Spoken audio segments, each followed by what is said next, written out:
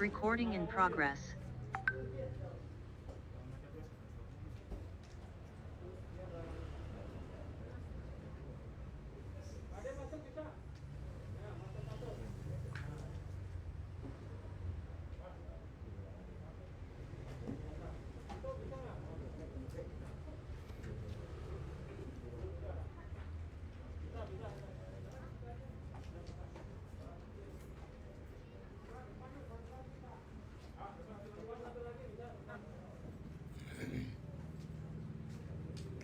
Kita mulai insyaallah.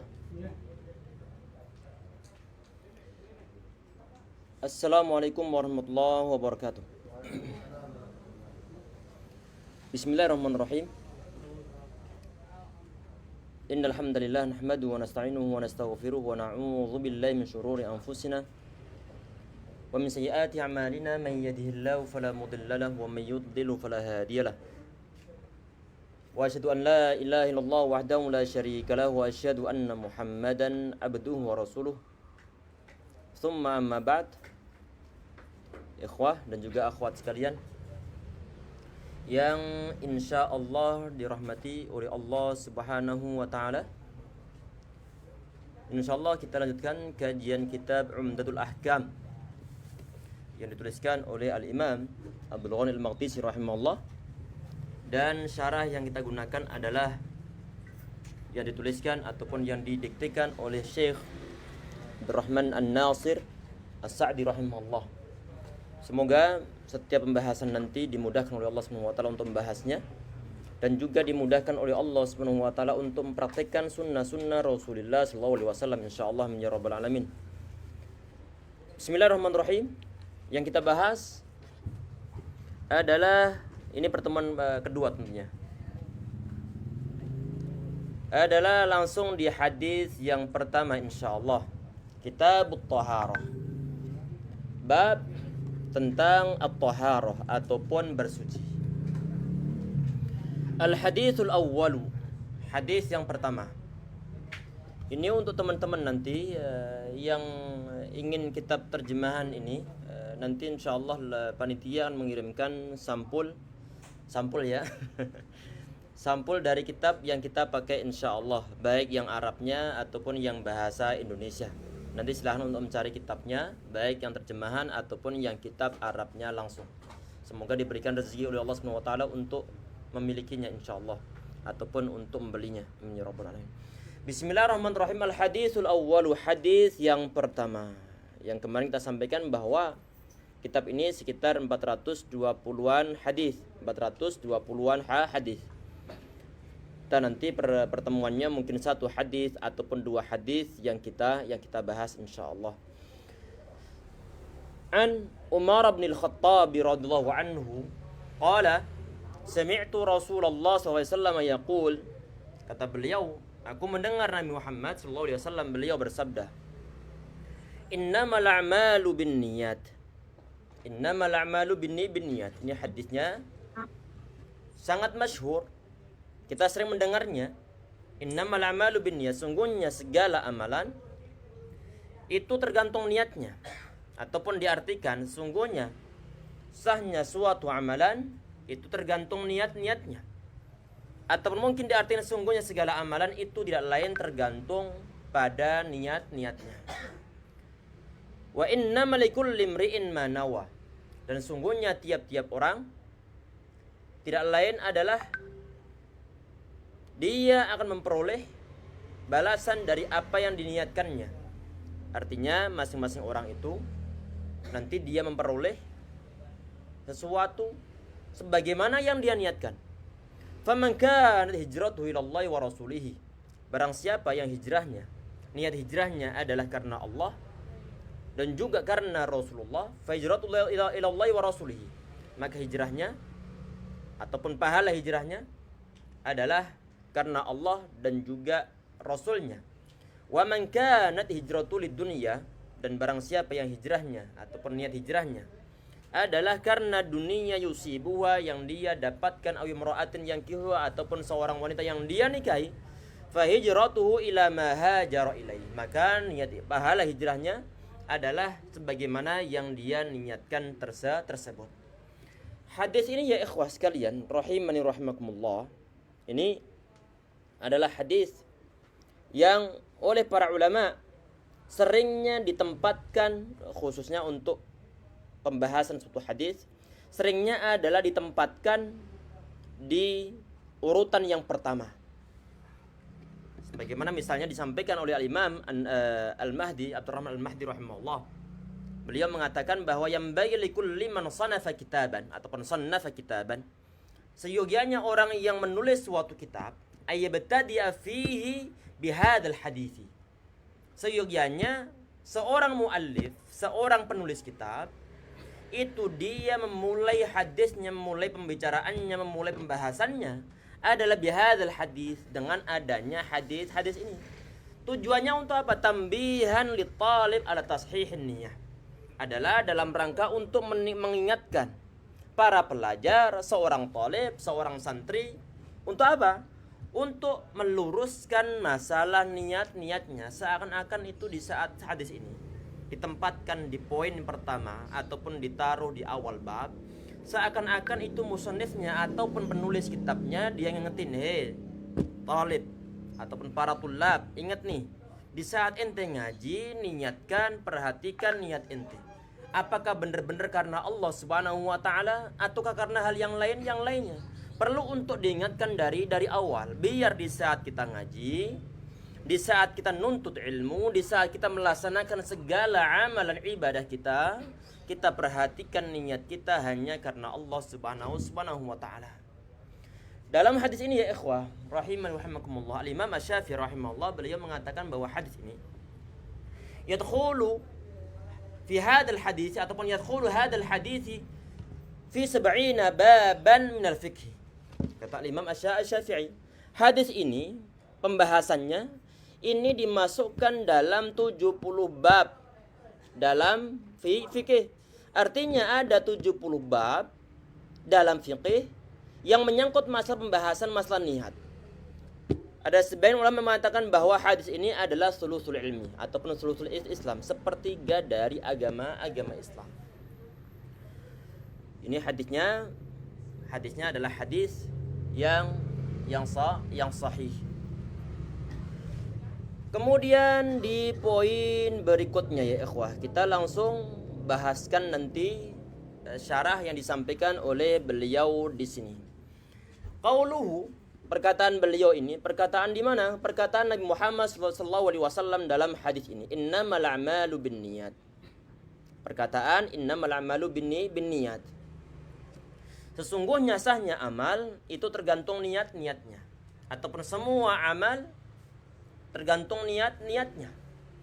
Ini yang kemarin kita sampaikan, kalau ada titik 3, ini adalah merupakan suatu alamatul hadfi ataupun suatu isyarat ataupun kode ada pembuangan lafaz ataupun pemotongan suatu lafaz. Artinya innamal a'malu binniyat, kemudian titik 3, artinya hadisnya tidak hanya sebatas innamal a'malu binniyat saja, tetapi ada kelanjutannya. Cuma di sini yang dibahas untuk poin ini dalam paragraf ini adalah innamal a'malu binniyat. Nanti untuk lafaz berikutnya akan beliau bahas lagi. Itu perhatikan, itu ada kata ilah, ada kata ilah. Ilah di situ artinya adalah ila akhirih. Singkatannya adalah ila akhirih. Ini yang menyimak sambil menyimak online kelihatan layar di sini. Ini ilah singkatannya adalah ila akhirih. Di sini sebentar ya ikhwah. Kita share yang di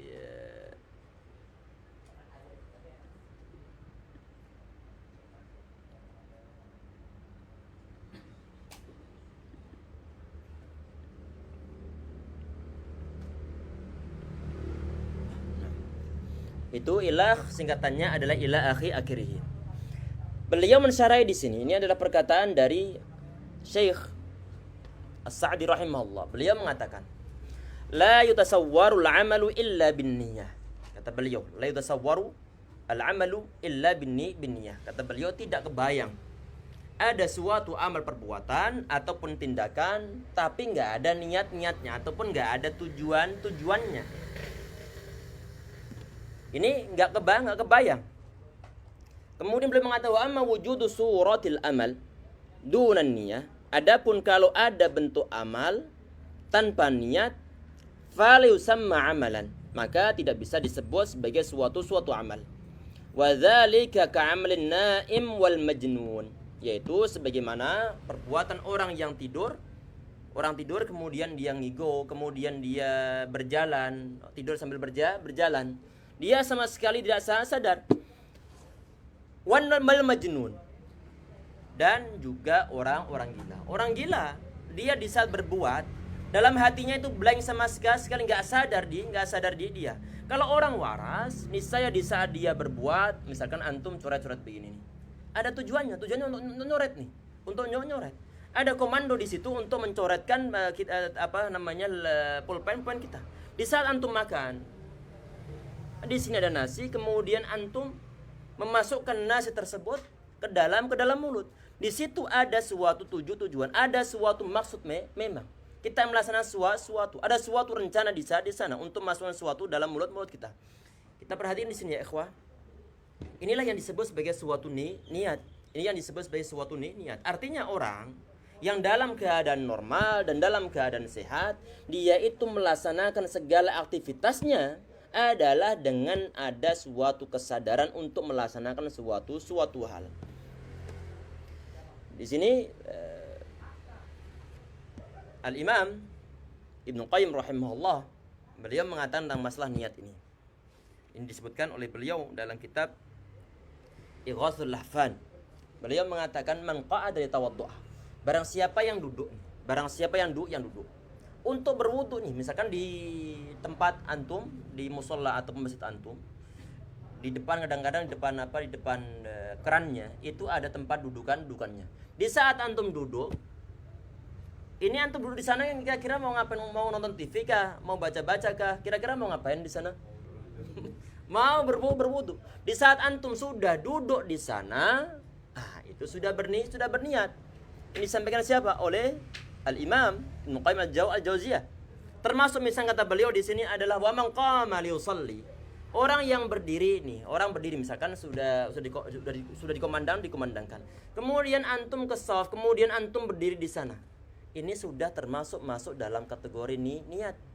Jelas ya? Karena enggak ada tujuan lain antum ke shaf kecuali untuk sholat saat itu. Termasuk istri antum di saat malam-malam iris bawang merah, bawang putih. Biasanya istri-istri ini atau ibu-ibu, mak-mak, mbok-mbok ataupun yang lain, di saat dia tengah malam iris-iris bawang di saat Ramadan, kira-kira mau untuk apa? Tengah malam jam 1 jam 2. Untuk makan sahur, untuk masak untuk suaminya, untuk keluarga, dalam rangka makan sahur. Artinya di sini ini sudah termasuk dalam kategori niat. Ini disampaikan oleh Al-Imam Ibnu Qayyim al-Jauziyah rahimahullah. Artinya setiap kegiatan ini didasari pada suatu niat. Ada rencana, ada keinginan, ada kehendak untuk melaksanakan suatu perbuatan. Oleh karena itu sebagian ulama mengatakan bahwa orang yang telah dia itu misalnya dia telah kalau malam dia bangun untuk makan, walaupun dia diniatkan misalnya adalah nawaitu shoma ghadin an adai fardhi syahr ramadan hadis sanati fardhu ta'ala misalnya, walaupun tidak diucapkan begitu, asal dia bangun makan sebelum fajar, itu sudah termasuk niat. Kecuali dalam mazhab Syafi'i. Jelas insyaallah nih ya. Jadi di sini kata Nabi Muhammad innamal a'malu binniyat. Sungguhnya sahnya suatu amal ataupun suatu amalan itu tergantung niatnya. Artinya tidak ada suatu perbuatan tanpa disertai dengan iradah. Iradah di sini adalah maksudnya di sini adalah suatu niat. Walaupun untuk definisi niat itu sendiri para ulama berbeda pendapat. Sehingga sebagian ulama mengatakan lau kallafanallahu amalan bila niyyah lakana min taklifi ma la yutaq. Sebentar di sini kita lanjutkan pembahasan yang disampaikan oleh beliau. Wa ammal aqilu fala yatasawwaru ay ya'mala amalan illa binniyah. Adapun orang yang berakal, kalau tadi orang yang gila atau orang tidur kemudian dia melaksanakan suatu hal, jelas dia enggak punya kehendak. Nggak ada kesadaran sama sekali, nggak ada niatan sama sekali, karena dia memang nggak sadar tidur ataupun dia lagi hilang akalnya. Fala yatasawwaru amal akilu. Adapun orang yang berakal, fala yatasawwaru ay ya'mala amalan illa binniyah. Maka dia ini tidak terbayangkan melaksanakan suatu perbuatan tanpa disertai dengan suatu niat. Jelas ada niatnya. Walihada qala, oleh karena itu Al-Imam Al-Muwaffaq rahimahullah, beliau mengatakan lau kallafana. Ini kita perhatikan ada footnote nomor 1. Ini footnote nomor 1 ini tertulis adalah kitab dari Dhammul Muwaswasin. Dhammul Muwaswasin. Ini kitab tuliskan oleh Al-Imam Al-Muwaffaq rahimahullah. Beliau mengatakan dalam kitab ini, "Lau kallafana Allahu 'amalan min dunin niyatin lakana min taklifi ma la yutaq." Kalau seandainya Allah Subhanahu wa taala itu ngasih suatu kewajiban, memberikan suatu taklif, ngasih suatu amanah, memberikan suatu kewajiban, tugas terhadap umat manusia. Untuk apa? Untuk melaksanakan suatu perbuatan tanpa disertai dengan suatu niat. Maka ini artinya Allah Subhanahu wa taala memberikan tugas kepada umat manusia untuk melaksanakan hal yang tidak mungkin dia bisai. Karena kenapa? Di saat misalnya Allah Subhanahu wa taala perintah kalian wudu misalnya. Niscaya di saat kita mau berwudu, di sini dalam hati kita itu memang ada niatan, memang ada suatu rencana, memang ada kesengajaan untuk melaksanakan suatu wudu. Artinya kalau hal tersebut, niatan dalam hati kita itu dihilangkan, sedangkan kita mau melaksanakan suatu hal, maka kalau seandainya itu diwajibkan oleh Allah Subhanahu wa taala, niscaya Allah mewajibkan sesuatu yang tidak mungkin dibisai oleh umat manusia. Karena niatan ini selalu ada dalam hati umat manusia. Secara otomatis di saat kita itu orang yang waras, orang yang dalam keadaan akal sehat, mau melaksanakan sesuatu pasti di situ ada faktor ada suatu rencana untuk melaksanakannya ataupun suatu kehendak untuk melaksanakannya. Artinya di sini adalah suatu hal yang mustahil kalau seandainya ada umat manusia yang dia dalam keadaan waras, kemudian dia itu melaksanakan suatu hal tanpa disertai dengan suatu niat. Oleh karena itu ada sebagian ulama termasuk misalnya adalah Imam Ibnu Aqil rahimahullah. Di saat beliau datangnya oleh seorang laki-laki. Ini Imam Ibnu Aqil Al-Hambali, bukan Imam Ibnu Aqil yang ulama nahwu. Ini Imam Ibnu Aqil Al-Hambali. Beliau lahir sekitar tahun ataupun meninggal tahun 513 Hijriah. Sedangkan yang Ibnu Aqil yang An-Nahwi, ulama nahwu itu adalah sekitar 769 Hijriah. Jadi artinya mereka ini lain orang. Artinya kalau disebutkan antum mendengar nama Ibnu Aqil Al-Hambali, maka itu artinya bukan Imam Ibnu Aqil yang mensyarahi kitab Alfiyah Ibnu Malik, yaitu merupakan suatu kitab tata bahasa Arab. Suatu saat beliau datang oleh seorang laki-laki. Laki-laki ini habis dia itu nyemplung mandi ke sungai Dajlah. Sudah dalam keadaan basah semuanya. Kemudian dia keluar dari sungai tersebut. Kemudian dia mengatakan, "Ya Imam, anak ini habis nyemplung sungai Dajlah. Sudah basah semuanya. Cuman ini masalahnya anak enggak merasa anak ini dalam keadaan suci." Dalam keadaan suci. Kata Imam ini beliau mengatakan, "La tusalli." Ente enggak perlu salat. Kenapa enggak perlu salat? Kok bisa enggak perlu salat, bagaimana? Kemudian beliau mengatakan, karena Muhammad beliau mengatakan rufi'al qalam an salas. Pulpen yang digunakan untuk mencatat amal perbuatan umat manusia itu diangkat dari 3 orang. Yang pertama apa? Anil majnuni hatta yafiq. Dari orang gila sampai dia sadar. Bagaimana mungkin orang sudah nyemplung ke sungai Dajlah, airnya banyak, basah semua juga, tapi dia merasa enggak suci. Jelas ya? Artinya kalau orang ini sudah jelas basah semuanya, sudah dia misalnya ada orang habis berwudu nih, kemudian dia sudah sempurna semuanya, kemudian dia bilang anak merasa enggak suci, anak ini merasa enggak suci. Artinya orang ini di saat wudu enggak sadar sama sekali. Kalau enggak sadar, udah ente enggak ada kewajiban untuk sholat. Karena kenapa? Karena dianggap sebagai orang-orang gila. Hanya orang gila melaksanakan suatu hal dan dia enggak sadar sama sekali ataupun sedang tidak waras. Oleh karena itu di sini Al-Imam Ibnu Aqil rahimahullah beliau mengatakan la tusalli, ente jangan salat. Jadi di sini ya ikhwah. Kemudian di poin berikutnya wa qauluhu, perkataan ataupun sabda Rasulullah sallallahu alaihi wasallam, "Innama likulli imri'in ma nawa." Sesungguhnya masing-masing orang itu tergantung apa yang diniatkan. Ay ala qadri niyatil insani yahsul lahu al-ajru. Yahsul lahu al-ajru. In khairan fa khairun wa in syarran fa syarrun. Kata beliau di sini dalam kitab ini. Orang itu dia mendapatkan pahala adalah tergantung atas niatnya. Jika niatnya baik, maka baik. Maka dia mendapatkan suatu pahala yang baik. Jika niatnya buruk, maka dia mendapatkan keburukan ataupun mendapatkan suatu dosa dari niatan tersebut. Di dalam hadis ini ya ikhwah, Nabi Muhammad beliau menyebutkan di antara contoh-contohnya. Ini lal hasr, bukan dalam rangka untuk membatasi suatu contoh, tapi beliau hanya menyebutkan di antara contoh-contohnya.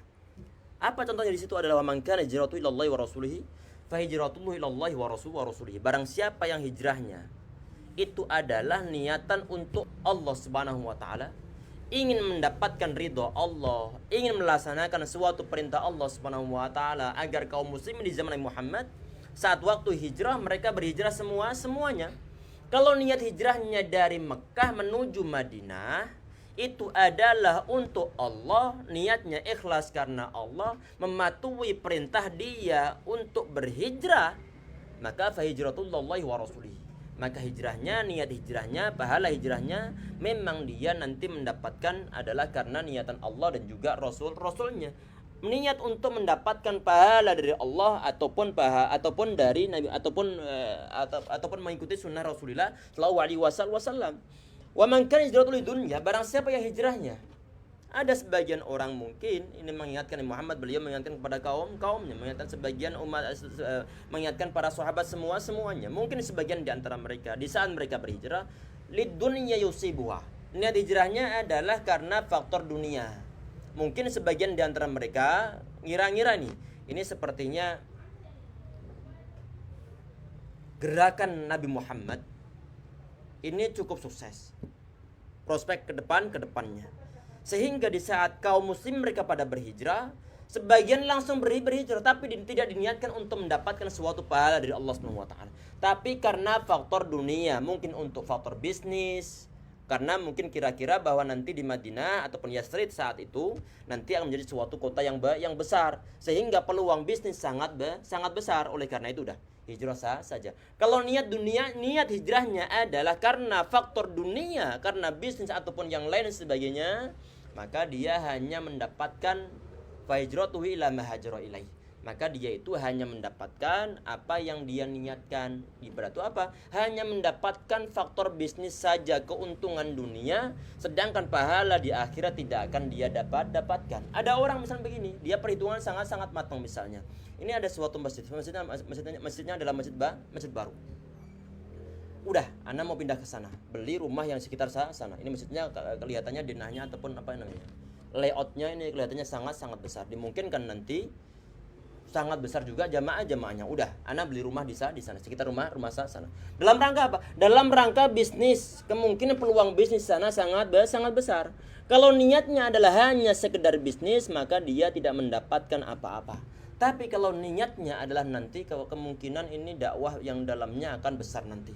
Udah, Anda di sana biar nanti bisa menuntut ilmu banyak, biar bisa menghadiri setiap majelisnya, biar bisa menghadiri sholat jamaah setiap waktu, maka jelas dia mendapatkan suatu pahala dari Allah Subhanahu wa taala berdasarkan dari niatan tersebut. Jelas insyaallah ya ini. Jadi ada sebagian hal ya ikhwah sekalian, ada sebagian hal nanti. Kalau kita lihat dari poin-poin yang disebut Nabi Muhammad sallallahu alaihi wasallam, ada satu amalan, satu perbuatan yang mana dari segi lahiriahnya itu sama antara si A sama si B. Cuman di saat nanti dia dihadapkan dengan Allah Subhanahu wa taala, mungkin yang dihasilkan itu sangat berbeda. Yang sering kita buat contoh misalnya ada orang jalan kemudian dia menemukan uang 100.000 ataupun 100 dolar. Si A dia dapat kemudian dia ambil dimasukkan dalam saku. Si B juga sama, mendapatkan uang 100 dolar, dia ambil dimasukkan dalam sakunya. Dari segi luarnya sama. Sama-sama ngambil duit di tengah jalan. Duitnya bukan duit mereka berdua, bukan jerih payah dari mereka berdua. Cuma nanti si A sama si B dimungkinkan mereka ini hasil pahala yang didapatkan oleh Allah Subhanahu wa taala ataupun dosa nanti di hadapan Allah Subhanahu wa taala akan berbeda. Karena kenapa? Si A mungkin di saat dia itu mendapatkan uang tersebut, dia merasa ini zaman-zaman paceklik. Zaman-zaman susah, banyak orang di PHK. Udah, anak ambil uangnya, anak amankan ini, anak amankan. Dan niat dalam hati orang si A ini adalah untuk mengumumkan. Nanti akan saya umumkan ini siapa yang merasa kehilangan uang, sejumlah uang tanpa disebutkan berapa jumlahnya, ciri-cirinya bagaimana dan modelnya bagaimana, di mana tempatnya. Tidak disebutkan oleh dia. Dia hanya mengumumkan bahwa siapa yang merasa kehilangan uang di sekitar tertentu tanpa dibuat spesifik. Silakan menghubungi nomor sekian. Kemudian ada orang datang bahwa semua ciri-ciri disebutkan sebagaimana ditemukan oleh si A. Dikasihkan kepada orang yang merasa kehilangan tersebut. Orang ini dapat pahala dari Allah Subhanahu wa taala. Karena kenapa? Niatan baik ini untuk mengembalikan uang tersebut kepada orang yang berhak. Karena dia khawatir ini kalau uangnya nggak diambil, kalau kemudian ditemukan oleh si B ini akan menjadi hak milik dia. Kasihan. Padahal masa-masa paceklik. Tahu paceklik? Masa-masa krisis moneter. Masa-masa orang banyak di PHK. Masa-masa lockdown. Jelas insyaallah ya. Kemudian si B, wah, uang $100 dalam keadaan begini, susah ini, sudah di PHK. Ketemu uang $100. $100 buat makan lumayan buat hidup sebulan. Lumayan buat bayar kontrakan. Ini orang yang semacam ini akan diminta tanggung jawab oleh Allah Subhanahu wa taala. Artinya masing-masing dari perbuatan baik si A ataupun si B, in khairan fa khairun. Kalau perbuatannya niatnya itu baik, maka dia mendapat suatu pahala baik. Kalau niatannya adalah buruk, maka dia mendapatkan suatu dosa keburukan tersebut. Walaupun toh dari segi lahiriahnya sama enggak? Dari segi lahiriahnya. Nanti di kamera kalau ada CCTV nih, kelihatan dari segi lahiriah sama enggak? Oh, diambil si A tuh. Sama enggak kelihatannya? Akan sama. Enggak ada perbedaannya. Cuma nanti yang membedakan adalah hatinya, niatnya baik ataukah buruk. Ini disampaikan oleh beliau di dalam masalah hal ini. Kemudian di poin berikutnya, wa ma'na niyati, adapun artinya niat, al-qasdu wal iradah. Arti niat itu apa di sini? Niat itu adalah artinya bermaksud dan berkehendak, ataupun maksud dan ataupun kehendak. Wa mahalluhal qalbu, tempatnya itu di hati. Tempatnya di hati. Orang berencana mempunyai suatu tujuan, maksud pun kehendak bermula dari hati. Wala yajibu at-talaffuz biha, dan tidak diwajibkan melafadzkan niat li ayyi amalin kana bi ijma'i a'immatil muslimin. Dan tidak diwajibkan untuk melafadzkan niat amalnya itu apapun juga, baik ibadah ataupun mungkin perbuatan lahiriah. Ini tidak ada yang mewajibkan suatu pelafatan niat ini bi ijma'i a'immatil muslimin, dengan ijma' para imam kaum muslimin. Artinya di sini ya ikhwah, perlu dibedakan tentang masalah niat dengan at-talaffuz bin niyah, melafatkan suatu niat. Niat sama melafatkan suatu niat itu dua pembahasan yang berbeda, dua hukum yang berbeda. Semua ulama sepakat nih bahwa niat itu hukumnya wajib dalam ibadah kepada Allah Subhanahu wa taala. Cuma nanti perbedaan pendapat di kalangan mereka ini adalah at-talaffuz bin niyah, melafatkan suatu niat. Dan mereka juga sepakat ini tidak ada yang mewajibkan melafatkan suatu niat. Tidak ada yang mewajibkan. Sedangkan yang melafatkan suatu niat, ada sebagian ulama menganjurkan ini, sekedar menganjurkan. Misalnya dalam mazhab Hambali, termasuk dalam mazhab Asy-Syafi'i rahimahullah. Tujuannya untuk apa? Hanya dalam rangka untuk menolong. Biar kadang-kadang hati kita itu lalai, biar diingatkan dengan adanya pelafatan suatu niat. Dan mereka ini dalam mazhab Syafi'i pun sepakat kalau seandainya ada orang dia niat untuk mandi jinabat dalam hatinya, tetapi yang dia ucapkan dalam mazhab Syafi'i misalnya adalah dia mungkin dalam bukan adalah mandi biasa ataupun sebaliknya. Ada orang dia misalnya rencana awal adalah mau mandi jinabat. Cuma yang dia lafadzkan bukan mandi jinabat ataupun sebaliknya. Yang niatnya seger-seger untuk seger-seger saja tapi niatnya mandi jinabat ataupun yang lain sebagainya. Maka nanti yang dianggap yang dinilai adalah dari segi gerakan hatinya ataupun dalam hatinya. Artinya di sini ini tidak dijadikan sebagai suatu patokan. Misalnya begini lagi, ada orang nih, dia bangun untuk sahur. Bangun untuk sahur, yang dia lafadzkan itu adalah nawaitu sumawudin adai fardhu syahri. Misalnya ana bermadzhab Syafi'i. Kemudian ana melafadzkan niatnya untuk apa? Untuk membantu hati ana biar ingat. Walaupun begitu, seandainya ana misalnya suatu saat ana mau puasa Senin Kamis. Puasa Senin Kamis. Kemudian yang ana niatkan ini, yang ana ucapkan itu adalah nawaitu sumawudin adai fardhu syahri Ramadan hadis sanati fardhu lillahi ta'ala. Dalam hati mau puasa Senin Kamis, cuma yang dilafatkan adalah puasa Ramadan, maka yang dihitung nanti adalah gerakan hatinya. Adalah niat yang terdapat dalam hatinya. Artinya gerakan mulut saja, pelafatan saja, ini tidak bisa dijadikan sebagai suatu patokan dalam keabsahan suatu ibadah. Sebaliknya, kalau seandainya misalkan ana besok ini niat mau puasa Ramadan dalam hati ana. Dalam hati ana mau niat puasa Ramadan. Tapi ataupun mungkin sebaliknya, misalnya begini, ana besok ini mau puasa Ramadan. Tapi yang terucap adalah puasa Senin Kamis. Maka yang jadi patokan apa? Yang jadi patokan adalah apa yang ada dalam hati ana. Apa yang ada dalam hati ana. Artinya di sini tidak dijadikan sebagai suatu patokan. Ataupun misalnya antum puasanya besok ini adalah besok adalah Ramadan. Kemudian dalam hati antum ini punya keyakinan bahwa besok ini mau puasa Senin. Besok mau puasa Senin, bukan berniat puasa untuk puasa Ramadan. Cuma yang ada di mulut antum memang benar adalah puasa Ramadan. Hatinya enggak. Ingatnya besok itu adalah bukan puasa Ramadan, tapi besok ini ingatnya adalah puasa Senin. Maka bagaimana? Yang jadi patokan adalah yang dalam hati. Artinya kalau niatnya enggak sah, maka tidak akan sah. Wong besok Ramadan kok niat yang dalam hatinya puasa Senin. Apakah sah atau tidak?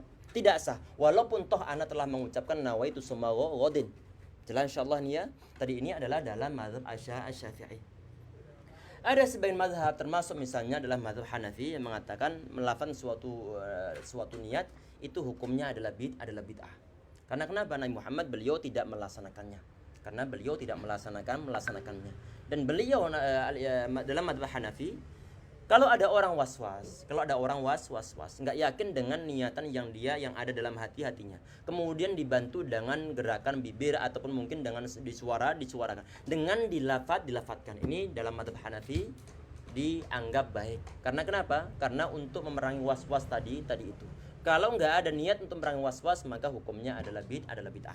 Ini adalah tentang masalah at-talaffuz binniyah dalam amal perbuatan umat manusia. Kemudian di sini perhatikan ya ikhwah sekalian. Lakin istahabba ba'dul mutaakhirin min a'immat Syafi'iyyah talaffuz bin niyah. Ini beliau mengatakan, menuliskan di sini dalam kitabnya bahwa tetapi sebagian ulama-ulama al-mutaakhirin dari kalangan ulama-ulama Syafi'iyah, artinya ulama-ulama Syafi'iyah yang awal-awal tidak ataupun tidak menganjurkan tanpa lafazan suatu niat. Ini adalah ulama-ulama mutaakhirin. Dari kalangan ulama-ulama Syafi'iyah, mereka menganjurkan ataupun mensunnahkan untuk melafadzkan suatu niat. Kemudian di sini Al-Imam ataupun Asy-Syaikh Nasr As-Sa'di rahimahullah beliau mengatakan wasahihu, yang sahih adalah anna talaffuz biha bid'ah. Melafadzkan niat di sini hukumnya adalah bid'ah. Ini sampaikan ataupun pengambilan ataupun tarjih dari Syekh As-Sa'di rahimahullah. Hukumnya adalah bid'ah. Ini disampaikan oleh Sa'di rahimahullah. Kemudian beliau menyebutkan walin niyati martabatan. Niat ini mempunyai dua tingkatan. Yang pertama adalah niatul amal. Yang pertama adalah niat amal. Yang kedua adalah niatul ma'muli lahu. Yang kedua adalah niat tentang tujuan dia beramal itu untuk siapa, ataupun niatan amalan dia itu untuk siapa.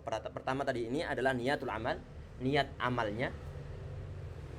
Kemudian yang kedua adalah niatannya ini untuk siapa. Ini niatul ma'muli lahu. Ini dibahas oleh beliau. Kemudian beliau mengatakan wa amma niyatul amali, adapun niat amal famartabatani aidha, maka di sini ada dua tingkatan juga. Yang pertama adalah tamyizul ibadati 'anil adat. Ini adalah level yang pertama ataupun kelompok pertama, yaitu niatnya ini gunanya untuk apa? Adalah tamyizul ibadati 'anil adat, adalah untuk membedakan antara ibadat sama antara kebiasaan. Maksudnya bagaimana? Maksudnya adalah yang nanti bisa membedakan apakah perbuatan tersebut, tindakan tersebut, amalan tersebut itu karena kebiasaankah ataukah karena adat ataupun karena ibadahkah. Nanti yang berfungsi yang membedakannya adalah dari niatannya. Misalnya ada orang dia mandi sekujur tubuhnya, mandi sekujur tubuh, antara orang yang pengen seger-seger sama antara orang yang ingin mandi jinabat, dari segi luarnya itu sama, tidak ada perbedaan sama sekali. Ada orang habis kerja bakti, ada orang habis bangun rumahnya, siang-siang panasnya Masya Allah, kemudian dia mengguyur tubuhnya, mengguyurkan air sekujur tubuhnya, sama orang yang habis berhubungan dengan suami istri, kemudian dia mandi jinabat. Dari segi luarnya sama, nggak ada perbedaannya. Maka yang nanti yang bisa membedakan adalah dari segi niatnya. Artinya di sini bahwa niat itu di antara levelnya adalah tamyizul ibadati 'anil adat, adalah untuk membedakan antara mana kebiasaan dan mana suatu adat. Ada orang yang pakai pakaian baru misalnya, ada orang yang pakai pakaian baru. Kalau niatnya ini adalah, kalau ada dua orang nih pakai pakaian baru. Sebagian di antara mereka pakai pakaian barunya ini adalah hanya untuk gaya-gayaan saja. Hanya untuk gaya-gayaan saja ataupun lagi tren-trennya. Ada orang dia ini pakai pakaian adalah dalam rangka untuk menutupi auratnya. Setiap pakai pakaian dia niatkan untuk menutup auratnya. Kalau diniatkan untuk menutup aurat, maka tentunya ini adalah merupakan suatu ibadah. Kalau diniatkan hanya sekedar gaya-gayaan saja, maka ini hanyalah suatu kebiasaan. Oleh karena itu ya ikhwah sekalian, sebagian ulama mengatakan bahwa ibadatu alil ghaflah adat. Jadi ibadahnya seorang yang lalai, perhatikan, ibadahnya seorang yang lalai itu sekedar menjadi suatu rutinitas biasa, sekedar adat, kebiasaan. Dia mungkin mandi, dia mungkin sholat, mungkin wudhu, kemudian berangkat ke masjid. Kalau orangnya ini adalah orang yang lalai, ibadah tersebut hanya sekedar kebiasaan yang tidak ada pahalanya, pahalanya. Kebalikannya bagaimana? Adatu ahlil yaqdhah ibadat. Sedangkan kebiasaan para ulama ataupun ahli ilmu atau orang yang dalam keadaan waspada tentang masalah niatnya adalah akan menjadi suatu ibadah. Kebiasaan jadi suatu ibadah. Maksudnya bagaimana? Misalnya ada orang makan, seorang alim makan, ataupun orang ahli ilmu, ataupun orang yang waspada dalam masalah niatnya, yang mengetahui masalah hatinya. Di saat dia makan, dia niatkan untuk mendapatkan pahala dari Allah, niatkan untuk biar bisa bekerja, untuk biar bisa nanti kalau sudah punya duit akan diniatkan untuk berinfak. Ataupun dia makan niatnya adalah biar nanti dia tidak lemah dalam ibadah kepada Allah Subhanahu wa taala, biar semangat dalam ibadah kepada Allah Subhanahu wa taala. kebiasaan ini akan menjadi suatu ibadah. Ini disampaikan oleh sebagian ulama. Kemudian di poin berikutnya wathaniyah, ini martabah atsaniyah adalah tamyizul ibadat ba'duha an ba'd, adalah untuk membedakan antara satu ibadah dengan ibadah yang lainnya. Adzan atau bukan? Adzan atau pujian-pujian? Adzan? 10 menit? 2 menit lagi? Ini kita tambah satu poin terakhir ini ya ikhwah. Nah, tadi ini adalah di antara martabat ataupun level ibadah, level niatul amal itu adalah niatan itu untuk membedakan antara suatu ibadah dengan ibadah yang lainnya. Orang yang sholat 2 rakaat untuk sholat qobliyah sama 2 rakaat untuk tahiyatul masjid. Dari segi luarnya sama. Yang bisa membedakan apa? Adalah dari segi niatnya. Orang yang yang dia itu puasa di hari Senin ataupun puasa Daud ataupun puasa 3 hari setiap bulannya kalau tepatan hari Senin misalnya, maka nanti yang bisa membedakan adalah dari segi niatnya. Kalau tidak ada niat tersebut, maka nanti tidak bisa dibedakan antara satu ibadah dengan ibadah yang lainnya. Mungkin cukup sekian ya ikhwah, ini di pembahasan hadis yang pertama insyaallah. Nanti sebagian pembahasan mungkin tidak kita bacakan, tapi langsung kita terangkan. Sebagian kita bacakan sekali, kemudian langsung kita terangkan. Semoga bermanfaat, menambah wawasan kita semuanya. Jangan lupa kita luruskan niat kita dalam segala amal ibadah kita kepada Allah Subhanahu wa taala. Jangan sampai dicampur dengan hal-hal yang lainnya.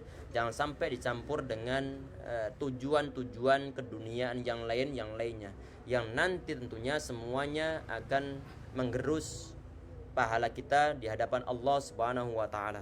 Subhanakallahumma bihamdika asyhadu an la ilaha illa anta astaghfiruka wa atubu ilaik. Assalamualaikum warahmatullahi wabarakatuh.